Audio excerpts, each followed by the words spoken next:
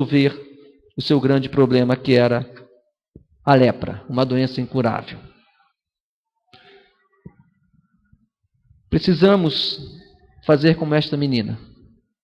Precisamos estar atentos se aquilo que falamos, se o nosso comportamento gera mudanças. Como temos nos portado, como temos caminhado. As pessoas que estão à nossa volta, elas são mais influenciadas pela nossa presença ali, ou elas mais nos influenciam sobre aquilo que elas pensam, creem e querem fazer. Nós precisamos ser diferentes nesta ação. E você, adolescente, é uma pessoa diferente, porque você tem Deus como Senhor da sua vida. E aonde você está, você é luz, você é sal. E você está lá para fazer diferença. Você, adulto que está aqui, da mesma maneira. No seu trabalho, na sua atividade secular, no seu estudo, você é sal e luz. Você precisa ser e fazer diferente. Assim como esta menina, que nós possamos fazer diferença. E que a nossa diferença gere mudanças. Terceira e última ação desta menina, e dentro do contexto geral dos 5 versos que lemos, e depois, quando conseguimos fechar a leitura do capítulo, ela vai nos indicar que ela não se intimidou com o desconhecido. Esta menina, ela não se intimidou com as situações adversas. Pelo contrário, como uma jovem temente a Deus, ela foi capaz de ser alguém que fizesse a diferença. Ela era estrangeira, ela era escrava, ela estava numa terra estranha. Todas estas coisas não fizeram com que ela se intimidasse. Ela foi exatamente uma serva do Deus verdadeiro. Que nós possamos também, dentro do nosso dia a dia, não nos intimidarmos com o desconhecido, com as situações adversas. Que nós possamos caminhar com os nossos olhos em Deus, sabendo que Ele é a nossa rocha segura. E que nós possamos caminhar entendendo que, mesmo que as situações nos apontem para o contrário, mas quando nós temos a nossa fé firmada no Deus, nós conseguimos fazer com que esse Deus, Ele seja a nossa referência.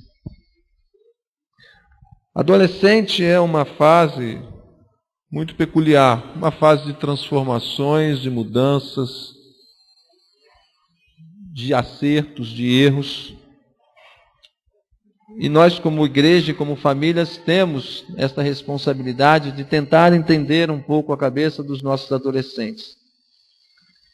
E eu entendo que a palavra de Deus nos ajuda muito, né? Nós possamos, como pais, nos lembrarmos daquilo que a palavra de Deus nos diz: ensina o menino no caminho em que deve andar.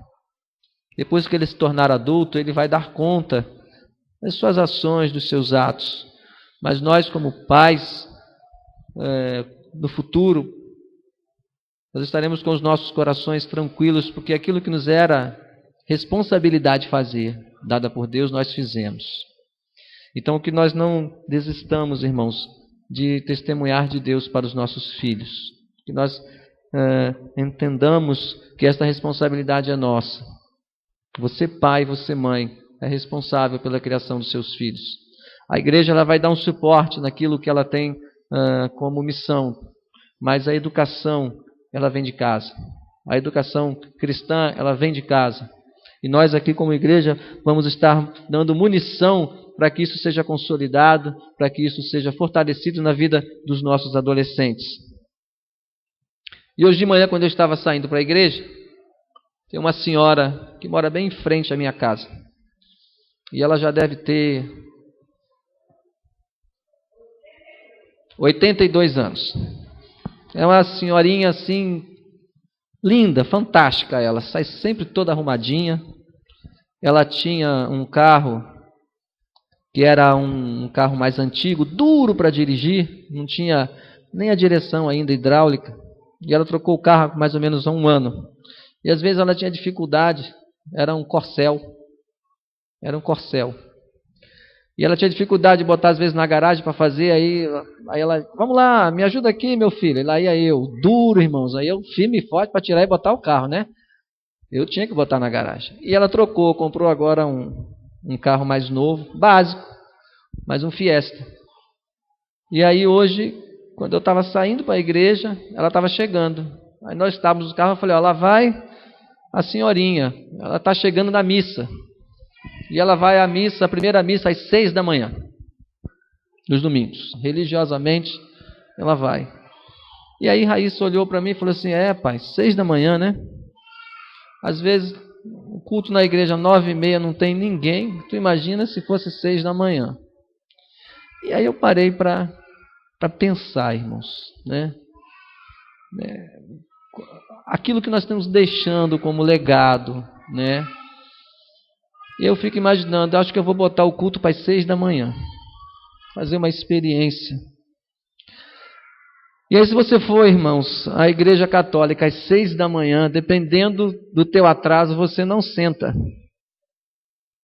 Não senta. Porque às 6 da manhã a igreja está lotada. Tem missa às 6, tem missa às 7, tem missa às 8. E agora, durante a semana, na Catedral em Petrolina, tem a Hora da Graça, missa ao meio-dia.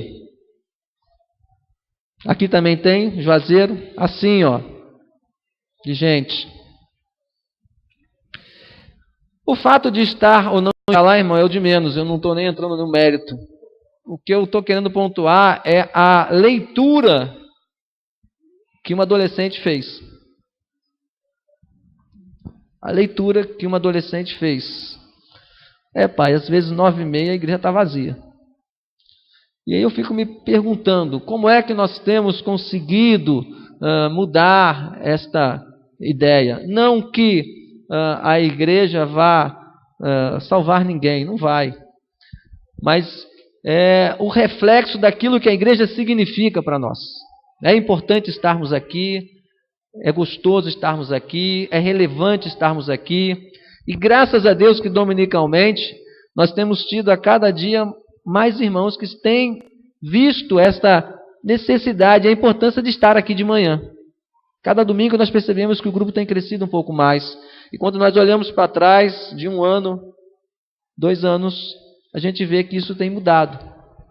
Então, que nós como igreja possamos entender que nós adultos, as ações que nós os adultos temos feito, têm mostrado para as nossas crianças, para os nossos juniores, para os nossos adolescentes, aquilo que significa ser cristão. Eles olham. O seu filho vê, o seu neto vê.